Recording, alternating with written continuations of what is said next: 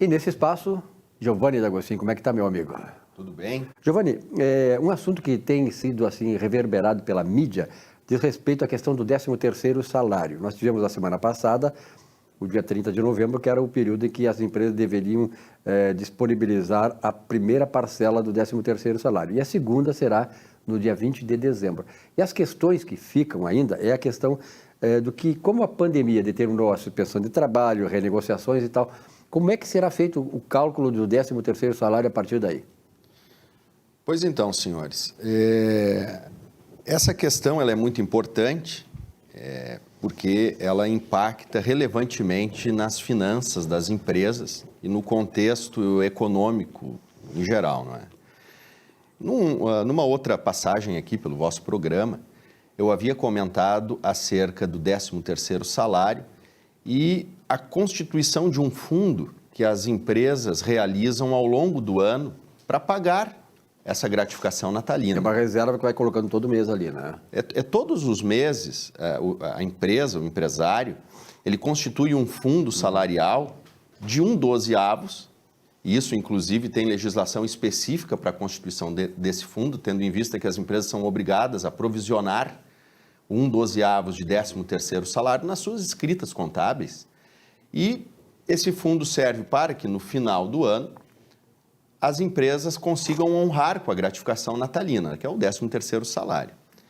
Acontece que, tendo em vista a pandemia que afligiu o Brasil ali e o mundo todo, aqui no Brasil desde o mês de março, muitas empresas tiveram as suas atividades tolhidas pelos órgãos governamentais locais, não é? Principalmente, e elas não puderam abrir as portas, não puderam faturar e não puderam constituir esse fundo mensal para o pagamento do 13º salário. Foi instituída uma lei que tratou da suspensão dos contratos de trabalho, a possibilidade da suspensão dos contratos de trabalho por causa desse efeito, né? O número da lei é 14.020. Essa lei ela é um tanto quanto lacunosa acerca de como ficaria o pagamento do 13º salário nos casos das suspensões dos contratos de trabalho. Muito bem.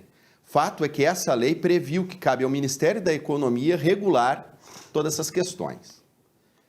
Um pouco antes do prazo para o pagamento da antecipação do 13º salário, o Ministério Público do Trabalho, através de uma diretriz orientativa, estabeleceu que as suspensões dos contratos de trabalho não teriam efeitos nenhum no tocante ao pagamento do 13º.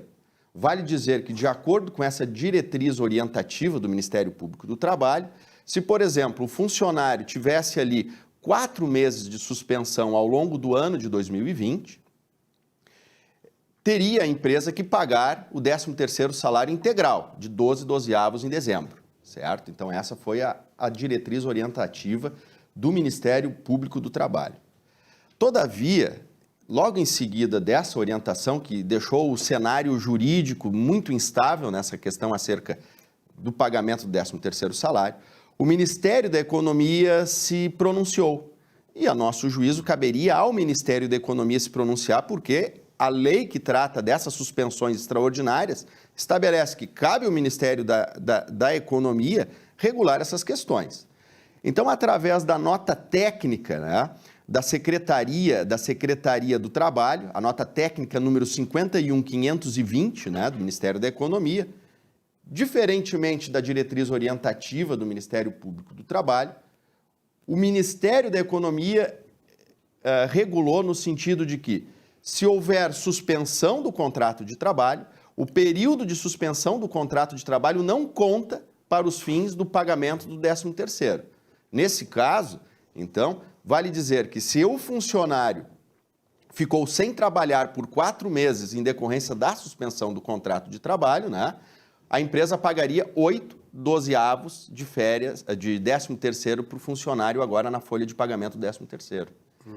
Então, essa diretriz do Ministério da Economia veio a trazer, a nosso juízo, um pouco mais de justiça, né?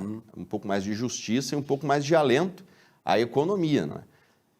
afinal de contas, em que pese esse contexto ser de muita tristeza e de muitos problemas, claro, né? claro, Tanto para os empregados quanto para as empresas, é importante ressaltar que sem atividade econômica, sem empresa, é pior para todos, né? Porque as pessoas dependem do trabalho, né, digno para ter o sustento, né? Então, essa é a orientação. A orientação é no sentido de que os períodos abarcados por suspensões de contrato de trabalho, eles não contem para os fins de pagamento do 13º salário. Muito bem, então tá, bem esclarecido aí. Giovanni, muito obrigado pela tua participação hoje aqui nesse Conversando sobre Contabilidade, trazendo exatamente a informação que o pessoal desta área precisa. Ok, um abraço e às ordens. Então tá, nesse espaço, Conversando sobre Contabilidade.